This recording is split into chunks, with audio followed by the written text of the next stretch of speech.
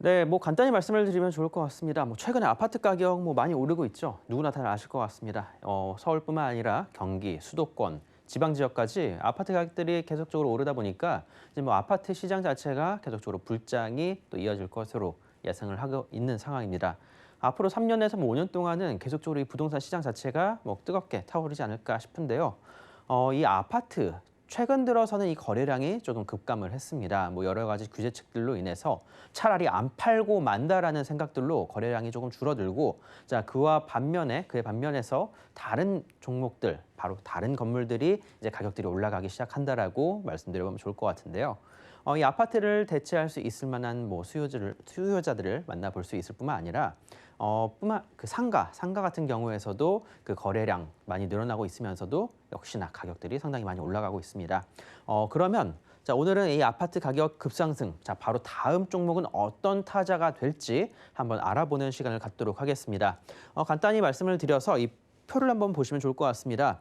자, 최근에 수도권과 서울, 경기 일대의 아파트 중위 가격의 상승률을 보여주고 있는 겁니다. 자, 지금 1년에서 딱 2년 동안, 자, 지금 2020년에서 21년 8월까지 가격의 변동폭을 보여주고 있는데요. 자, 단순히 서울만 오른 게 아니라 자, 경기권 지역 같은 경우에도 이 중위 가격이 계속적으로 올라가다 보니까 이제는 대부분의 아파트들이 거의 10억에 가까워진다. 지금 이제 평균을 놓고 봤을 때는 약 8억 정도가 되겠는데, 지금 실제로는 거의 서울권이나 좀 괜찮은 지역들, 수도권 지역에서도 역세권이라든가 그런 부분을 봤을 때 이제는 거의 10억이 넘어간다라고 판단을 하셔야 될 것 같습니다.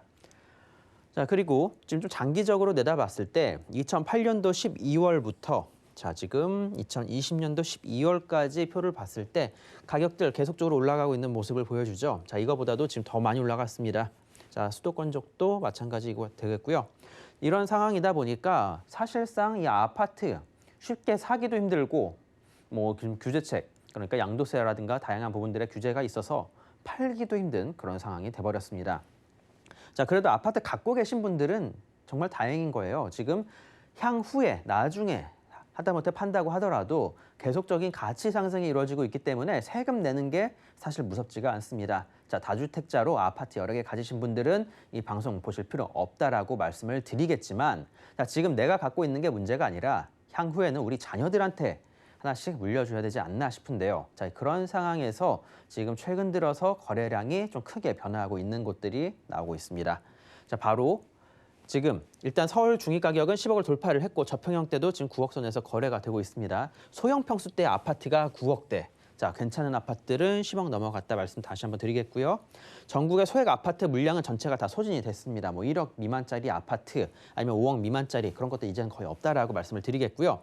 비규제 지역들 역시 규제를 피해서 원정 투자에 나간 그런 사람들로 인해서 가격은 폭등을 해버렸습니다. 자, 그렇게 쉼 없이 올라오는 아파트 가격대가 규제책들로 인해서 매물 잠김 현상이 발생이 돼서 가격은 더욱더 올라가고 호가는 더더욱 올라가고 있다라고 말씀을 드리겠습니다. 자, 이런 아파트 대체제로 대형 오피스텔 가격들도 계속적으로 상승을 이뤄나가고 분양 역시 상당히 활발하게 이루어지고 있다 말씀드리겠는데요. 자, 이 오피스텔을 투자를 하셔도 괜찮습니다. 대신에 대형 평형대의 오피스텔 좀 알아보시면 좋을 것 같고요. 자, 지금 최근 들어서 거래량 급상승하고 있는 종목이 바로 다세대와 연립주택이 되겠습니다. 자, 이런 다세대 주택들 같은 경우에도 오히려 아파트보다도 거래량이 더 많다라고 내다보시면 좋을 것 같습니다. 자, 이렇게 올해 초부터 다세대와 연립주택의 거래량이 아파트를 뛰어넘은 이유 하나 말씀을 드려보면 좋을 텐데요.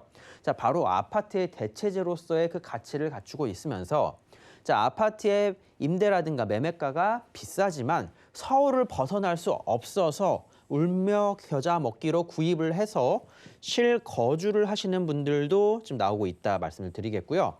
뿐만 아니라 재개발과 재건축 그리고 소규모 재개발 사업이라고 불리는 가로주택 정비 사업들로 인해서 향후에 아파트로 변화할 거를 기대를 하고 투자하시는 분들이 상당히 많다라고 말씀을 드리겠습니다. 자, 다주택자들 매물 소진 뒤에 가격 상승이 현재 예상이 되는 상황입니다.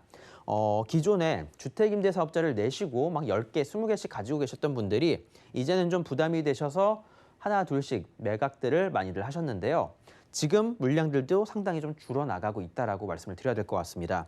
자, 이러한 상황에서 물량이 다 소진이 된 다음에는 다시 한번 또 가격이 오를 텐데 일단 이 건물 가격 자체는 감가상각으로 인해서 좀 떨어질 수밖에 없겠지만 지가 자, 그리고 신축으로 공사를 했을 때 그 공사비 자체가 자, 1년 전까지 안 가고요. 한 3개월에서 4개월 전으로만 가도 공사비 자체가 약 20에서 30%가 올라갔습니다.